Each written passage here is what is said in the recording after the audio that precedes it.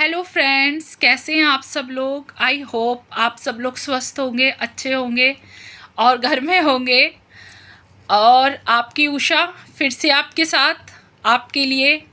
जब मैं बोलती हूँ हेलो फ्रेंड्स, तो मेरे फ्रेंड्स ना केवल लड़कियाँ और लड़के हैं जो यंग हैं।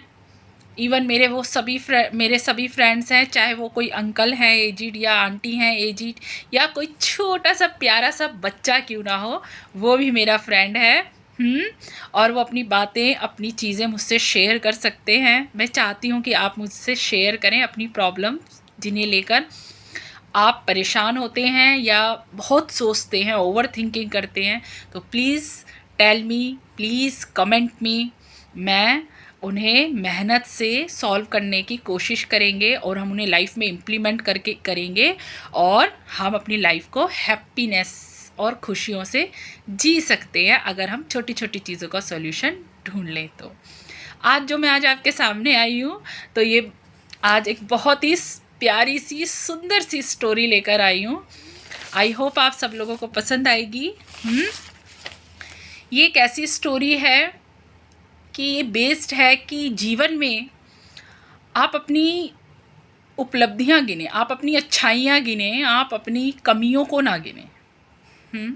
क्योंकि हमारे पास लाइफ में बहुत कुछ अच्छा हो जाता है, बहुत कुछ अच्छा चीज़ें होती हैं, लेकिन हम नेगेटिव और ख़राब चीज़ों को लेकर बहुत परेशान हो जाते हैं।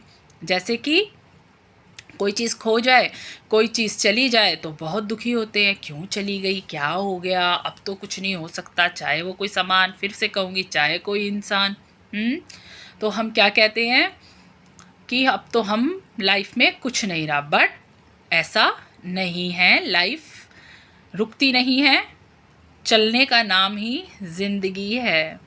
जैसे मैं ज़िंदगी की राह निभाता चला गया, मैं फिक्र को धुएं में उड़ाता चला गया। माफ़ करना अगर आवाज़ अच्छी ना लगी हो तो। जैसे कि मैंने एक बुक पढ़ी डेल कार्नेगी की, मैंने आपको बताया था। तो डेल कार्नेगी ने ये जो स्टोरी सुनाई है 1934 की एक बात है, जो कि अपने फ्रेंड हैरोल्ड एबॉट से जब वो बातें कर रहे थे। और ये जो इनके फ्रेंड थे, ये बहुत पुराने दोस्त थे, और बाद में ये एक लेक्चर मैनेजर बन गए थे। तो ये लेक्चर मैनेजर का जो एक स्टेटस था, लेक्चर मैनेजर तक पहुंचने की ये जो इनकी जर्नी थी, ये आसान नहीं थी, बहुत मुश्किल थी। तो एक दिन क्या होता है कि डेल कार्नेगी अपने इन लेक्चर मैनेजर जो इनके फ्रेंड है, मैं बार बार नहीं बोलूँगी, मैं फ्रेंड का ही नाम लूँगी, तो आप समझ जाइएगा कि मैं जब भी बोलूँ कि डेल कार्नेगी के जो फ्रेंड थे, तो आप समझिएगा कि वो लेक्चर मैनेजर हैरोल्ड एबॉट थे। तो 1934 में जब डेल कार्नेगी अपने फ्रेंड से मिले, तो उन्होंने पूछा कि ये कैसे हुआ कि तुम इतनी ऐसी जगह से निकल के यहाँ तक आ गए और इतना अचीव कर पाए हो, इस स्टेटस को, इस नेम को, फेम को। हाउ इज़ इट पॉसिबल, ये कैसे हो पाया। तो तो उनके फ्रेंड ने बोला, एक बहुत ही स्माइल के साथ एक छोटी से एक लाइन में उन्होंने इस चीज़ को डेल कार्नेगी को बोला कि मेरे पास जूते नहीं थे। ये बात सोचकर मैं तब तक दुखी था जब तक कि मैंने एक ऐसे आदमी को नहीं देख लिया जिसके दोनों पैर नहीं थे। डेल कार्नेगी को पहले तो कुछ समझ में नहीं आया। उन्होंने पूछा, अरे तुम क्या कहना चाहते हो, मुझे खुलकर समझाओ। उन्होंने कहा कि एक बार की बात है, जब मैं अपनी दुकान को चला रहा था और इतना कर्जा हो गया था कि मुझे अपनी दुकान थी उसको भी बंद करना पड़ गया था। तो मैंने सोचा क्यों ना मैं कहीं से बैंक से लोन ले लूँ और अपना कहीं दूसरे शहर में जॉब ढूंढने चला जाता हूँ।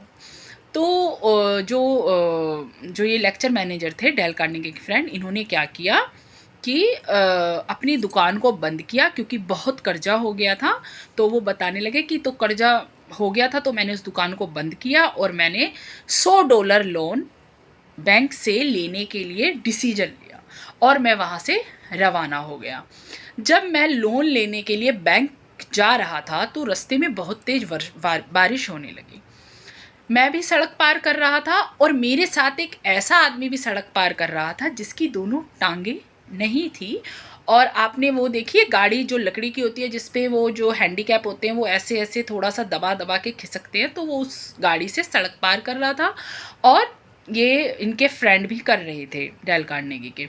तो कहते सड़क पार करते दौरान उसकी और मेरी आंखें मिलती हैं, आई कांटेक्ट होता है।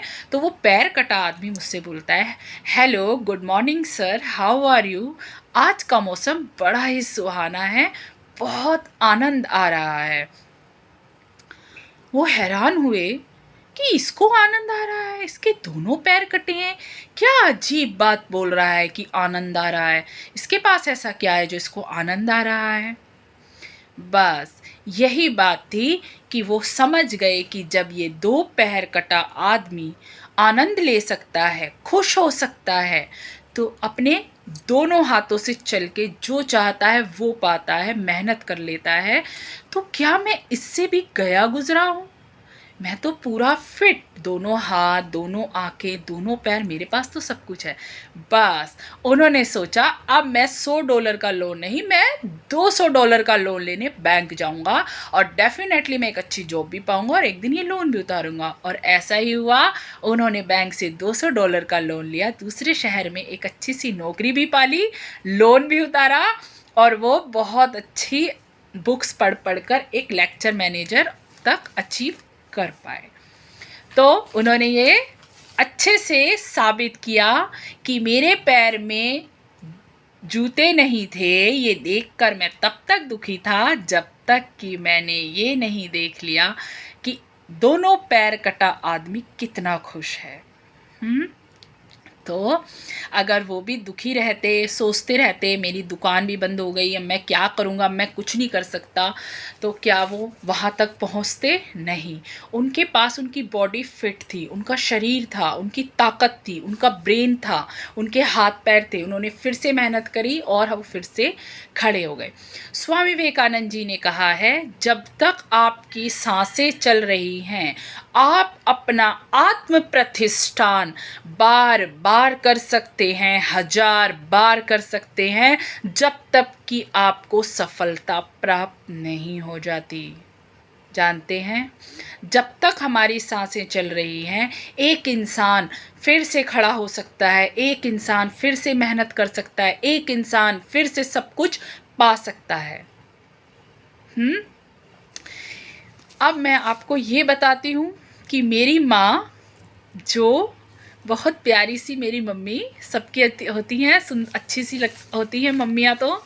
तो जो मेरी माँ है, मैं उसको ही मैंने इस स्टोरी से बहुत चीज़ें बताई हैं और वो समझ गई है और काफ़ी हद तक वो बहुत खुश हुई है और मैंने उसका थोड़ा सा माइंड जो है सही किया है। मेरी मम्मा जो थी वो मेरे पापा की एक गवर्नमेंट जॉब है और मेरी मम्मा जो थी उनके साथ उनके जो थे रिश्ते ऐसे थे कि उन्होंने हमेशा, मेरे पापा ने उन्हें अच्छा कभी मर्जी का खाना पहनना और पैसे, कभी सैलरी कुछ नहीं दिया। तो मेरी मम्मा जो थी वो थोड़ा सा ऐसे ही परेशान सा रही हैं शुरू से और उन्हें हमेशा से दिमाग में ये रहा है कि मुझे अपनी मर्ज़ी से ना कभी पहना है, ना खाया है, ना पिया है। तो वो इस चीज़ को लेके हमेशा से एक उनके दिमाग में वो अपसेट रहती हैं। मेरा भाई है वो यूपीपीसीएल में जेई है और जैसा कि मैंने आपको बताया मैं सफदरजंग हॉस्पिटल में लैब टेक्नीशियन हूँ। तो मैं भी एक गवर्नमेंट एम्प्लॉई हूँ। मेरी जो सिस्टर है छोटी, वो भी गवर्नमेंट जॉब की तैयारी कर रही है and she is very intelligent और भगवान ने चाहा तो वो ज़रूर सफलता प्राप्त करेगी। तो क्या कहते हैं, हम तीनों भाई बहन हैं और मेरी मम्मी और मेरे पापा। तो मेरे पापा एक गवर्नमेंट एम्प्लॉई थे, तो जैसे कि मैंने बताया कि मम्मी ने मेरी अपनी खुशी से पहना, खाया, ओढ़ा नहीं है। अब मेरी मम्मा के पास, क्योंकि हम लोग सब अच्छे से उन्हें देते हैं, चाहे मेरा ब्रदर भी देता है, मैं भी देती हूँ उन्हें, कोई भी चीज़ अच्छी लगती है मुझे तो मैं उनके लिए लेती हूँ। अब वो हर चीज़ है, लेकिन वो आज भी परेशान है।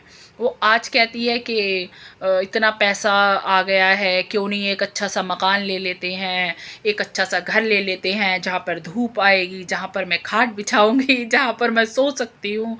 बार बार भाई को फोर्स करती है, और उसको ये ड्रीम लेके ना जाने सालों हो गए हैं, लेकिन मेरा ब्रदर उस मकान को नहीं लेता या नहीं लेना चाहता, हो सकता है।